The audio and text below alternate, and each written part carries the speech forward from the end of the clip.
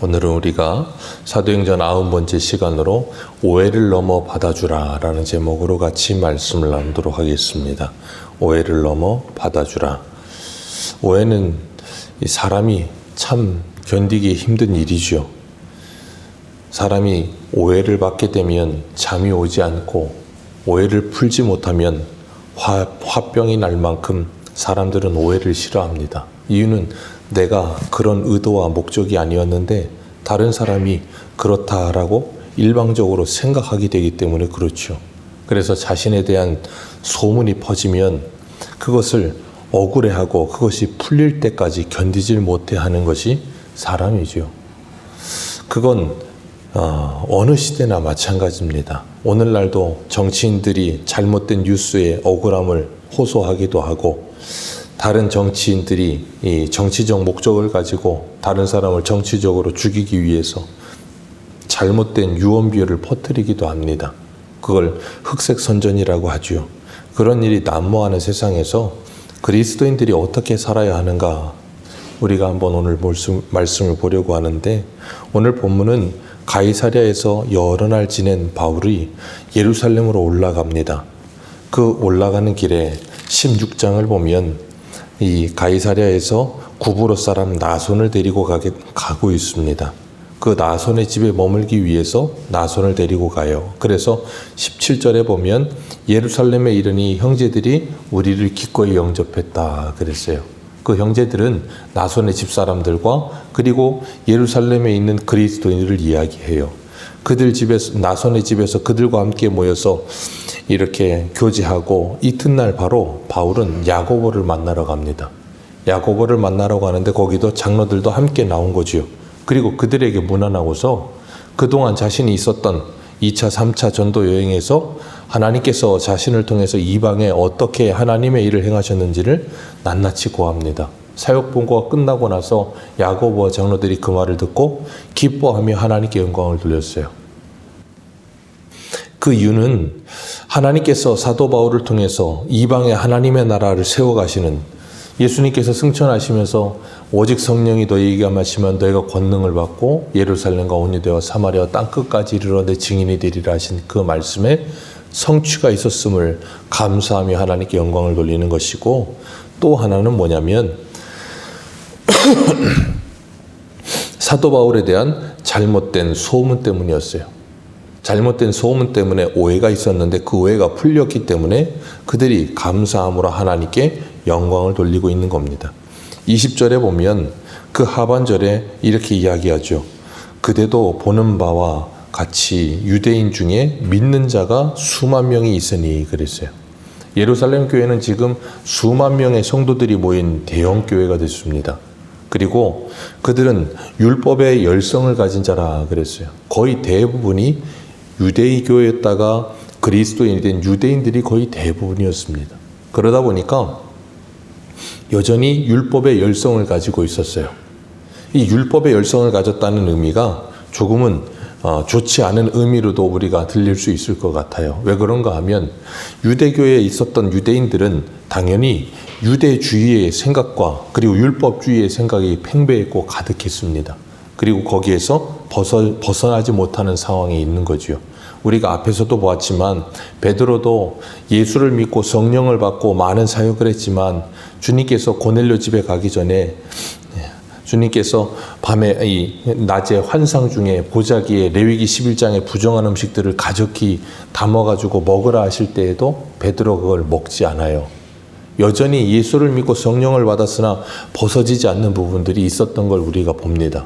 하나님께서 그 베드로를 천천히 설득하셨고, 그리고 15장에 가면 예루살렘 총회가 열렸을 때 여전히 할례와 그리고 율법 지킴이 구원의 조건이라고 생각하는 사람들이 유대교 안에는, 예루살렘 교회 안에는 많았다 그랬어요.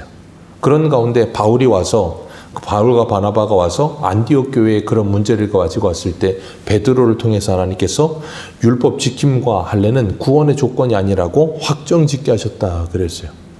그리고 난 후에도 한참이 지났는데 여전히 이 예루살렘 교회에는 율법의 열성을 가진 사람들이 꽤 많았다는 거예요. 그리고 그 율법의 열성을 가진 사람들은 한쪽으로 굉장히 치우쳐 있었어요. 예수를 믿기는 했으나 율법주의에 대한 굉장한 열심을 가지던 사람들이에요. 그러다 보니까 21절 같이 한번 읽겠습니다. 21절입니다. 시작. 아들들에게 할례를 행하지 말고 또 관습을 지키지 말라 한다 함을 그들이 들었도다 그랬어요. 유대인들을 가르치되 그랬어요. 바울이 이방에 있는 디아스포라 유대인들, 그러니까 디아스포라들뿐 아니라 바울이 가는 곳마다 회장을 찾아갔으니까 유대인들을 가르쳤겠지요. 근데 그들에게 모세를 배반하고 아들에게 할례를 행하지 말며 그리고 관습을 지키지 말라고 가르쳤다는 거예요. 우리가 그동안 계속해서 봐왔지만 이 바울이 가는 곳마다 회당에서 복음을 전할 때 유대인들이 했던 주특기가 뭡니까? 두 가지지요. 시기와 질투입니다. 그래서 바울을 핍박했고 바울을 죽이려 했고 바울을 쫓아버렸어요. 그리고 바울을 따라다니면서 괴롭혔습니다. 그러니까 이런 유대인들이 바울을 좋아할 리가 없죠. 바울이 가는 곳마다 핍박을 했고 따라가며 핍박을 했을 정도니까. 그러니까 바울이 굉장히 싫었어요. 그리고 바울이 하는 말이 들리지도 않습니다. 확정 편향적이라서 바울이 복음을 전해도 그걸 들을 생각도 하지 않고 그냥 바울이 말하는 것 중에 자신들이 생각할 때 꼬투리가 될 만한 것들을 잡아서 그거를 확대 해석해요. 그리고 거짓말을 만들어서 그걸 자꾸 퍼뜨리는 거예요. 그건 오늘날 정치인들하고 똑같은 모습이에요. 그건 정치인들만 그런 게 아니라 사람도 그렇죠. 내가 미운 사람은 그 사람 안 좋은 모습만 보입니다. 그리고 그 사람이 한 말 중에 안 좋은 말만 기억에 남습니다. 그리고 그거를 확대로 해석해서 소문을 만들고 뒤에서 이야기하죠. 그리고 그런 말은 발 없는 말이 천링한다는 속담처럼 빨리 퍼집니다. 그래서 너무 삽시간에 퍼져버려요. 그러니까 그런 이야기가 유대인들에게서 돌았고 그러니 예루살렘까지 오는데 얼마나 걸리겠습니까? 금방 오는 거예요. 그러니까 예루살렘에 있는 예루살렘 교회에 예수를 믿고 있지만 그래도 여전히 율법의 열성을 가진 그 사람들이 모세를 버렸다 그러고 그리고 할례를 행하지 말라 그랬다 그러고 이런 말을 들으니까 바울은 거의 나쁜 놈에 그냥 확정적으로 사람들이 다 그런 생각을 가지고 있는 거예요. 저건 나쁜 사람이다. 저건 사람도 아니다. 막 그런 생각을 가진 거예요. 그러니까 야고보랑 장로들이 걱정하는 겁니다. 그래서 바울이 와보니까 그런 사람이 아니라는 걸 알고 있는데 이 사람들이 이렇게 수만이나 되는 사람들이 오해하고 있으니까 얼마나 걱정이 되겠어요. 그래서 야고보가 한 가지 제안을 하죠. 뭐라 그러냐면 지금 우리에게는 여기 오늘 본문 말씀에 이 서원을 했다가 그 서원을 이제 갚아야 될 네 사람들이 있다는 거예요. 그 결례를 치러야 되는데 네가 그 비용을 내고 머리 깎는 일을 함께 해주면서 너도 그 정결례를 같이 하라는 거예요. 왜냐하면 이방에 있다가 예루살렘에 들어왔으니까 정결 예식을 같이 하면 그 율법에 열심을 가진 사람들이 오해하는 그 오해가 풀릴 거라는 거예요. 그리고 바울에게 그것을 같이 해달라고 제안을 합니다. 우리 한 군데만 보겠습니다. 이런 말을 들은 바울이 어떤 생각을 하게 되는가? 고린도전서 9장입니다. 고린도전서 9장 19절.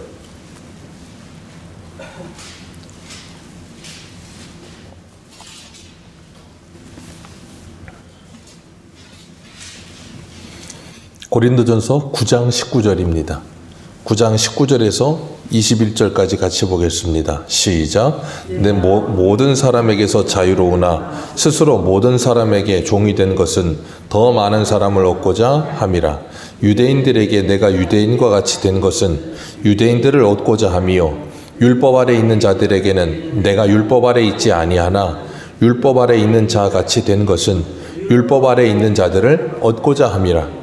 율법 없는 자에게는 내가 하나님께는 율법 없는 자가 아니요 도리어 그리스도의 율법 아래 있는 자이나 율법 없는 자와 같이 된 것은 율법 없는 자들을 얻고자 함이라. 아멘. 이게 사도 바울이 가지고 있던 분명한 복음적 가치였어요. 그러니까 바울은 복음 안에서 뭐였어요? 진리 안에서 복음 안에서 자유했습니다. 그래서 디모데에게는 할례를 행하게 했고 디도에게는 할례를 행하지 않게 했어요. 디모데는 그 아버지가 헬라인이었기 때문에 그 주변 사람들 유대인들에게 복음을 전하기 위해선 디모데가 할례를 행하면 그들에게 복음 전할 때 더 용이할 거라는 생각에 할례를 행하게 했고 그리고 디도에게는 그 할례파 사람들 때문에 일부러 할례를 하지 않게 했어요. 그러니까 바울은 그런 것에 아무런 거리낌이 없고 자유했습니다.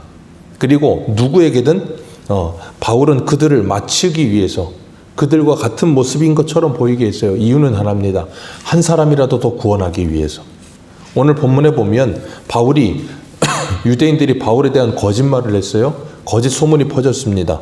바울이 모세를 버리고 할례를 행하지 말고 그리고 관습들을 지키지 말라고 했다. 바울이 그렇게까지 하진 않았거든요. 모함입니다. 오해입니다.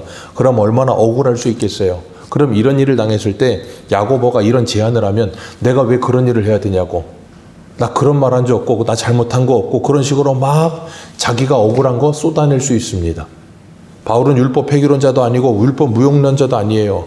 바울은 분명히 우리가 알았던 것처럼 갱그레아에서 하나님께 서원한 것 때문에 고린도에서 갱그레아 갈 때 거기서 머리를 잘랐다 그랬어요. 자기 서원한 거를 하나님께 지키기 위해서. 그러니 바울은 그리스도 안에서 율법 없는 자가 아니지만 율법 없는 자처럼 유대인들을 헬라인들을 대했단 말이에요. 그러다 보니까 유대인들이 볼 땐 어때요? 오해의 소지를 낳을 수 있는 일이 얼마든지 있는 거예요. 그러니까 복음에서 자유하지 못한 그들은 그 율법을 하나 지키고 지키지 않는 게 뭐예요? 목숨처럼 여겨지는 거예요. 그러니까 바울이 어떻게 보이겠어요? 눈에 가시처럼 보이는 거예요. 예수님도 그런 거예요. 안식일을 지킨다고 하는 그들이 안식일의 주인인 예수님이 오셔서 안식일의 병자를 고치시니까 어때요? 눈에 가시처럼 보이고 그냥 예수님이 자기들이 가진 하나님의 법이 아니고 자기들이 가진 율법주의에 잘못된 장로들의 유전에 예수님이 거의 그냥 주적같이 보이게 되는 거예요. 그러니까 뭐합니까? 예수님을 제거의 대상으로 느끼는 거예요.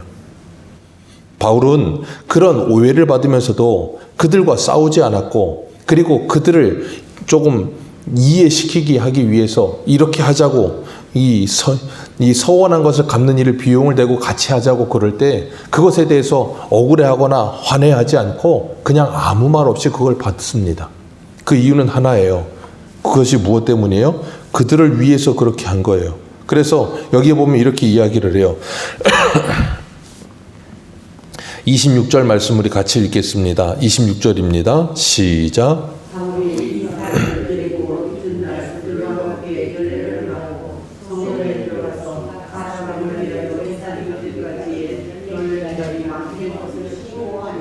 아멘. 각 사람을 위하여.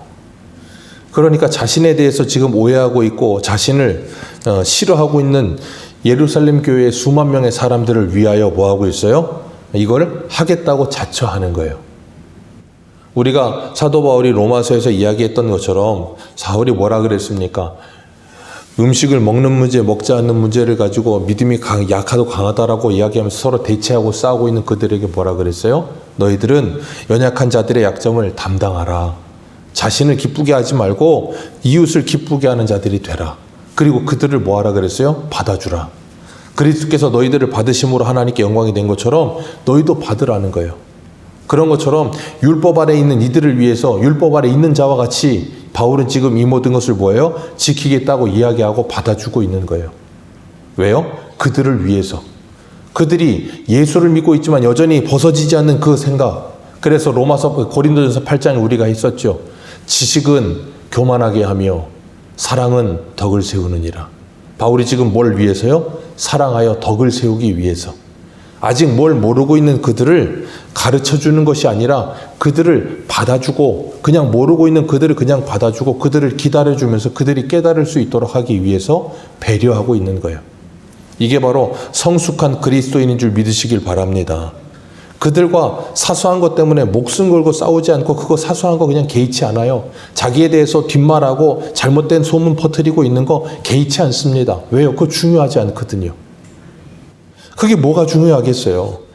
자신이 진리 안에서 정말로 예수 그리스도 안에서 자유를 누리고 있다면 그건 아무것도 아닌 거예요. 그건 자신에겐 굉장히 사소한 거예요. 그러니까 뭐예요? 그 사소한 것 그냥 받아주는 겁니다. 그리고 뭐라 그랬어요? 로마서 15장에 내가 포도주도 그리고 고기도 평생 먹지 아니하리라.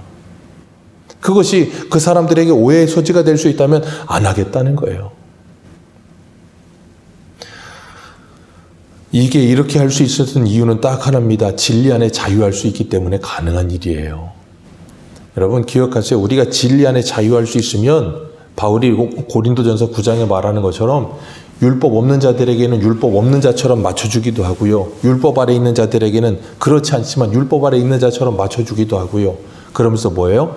한 사람이라도 더 구원하기 위해서, 그들을 정말 하나님의 사람으로 만들어내기 위해서 그들을 조금 맞춰줄 수도 있고 받아줄 수도 있고 품어줄 수도 있는 거예요. 그 이유는 하나입니다. 내가 주 예수 그리스도 안에 있기 때문에 가능한 일이에요. 주 예수 그리스도 안에 있지 않으면 불가능합니다. 왜요? 억울하거든요. 화가 나거든요. 나 그런 적 없다고 결백을 증명하고 싶거든요. 그런데 결백을 아무리 증명해서 그것이 증명된다고 해도 그게 자신에게 아무런 유익이 안 된다는 걸 알아요. 그거 증명해 뭐 할 겁니까? 그 사람들을 정말로 오해를 풀고 예수 안에서 바른 믿음으로 자라갈 수 있게 할 수 있다면 오해를 받으면 어떻습니까?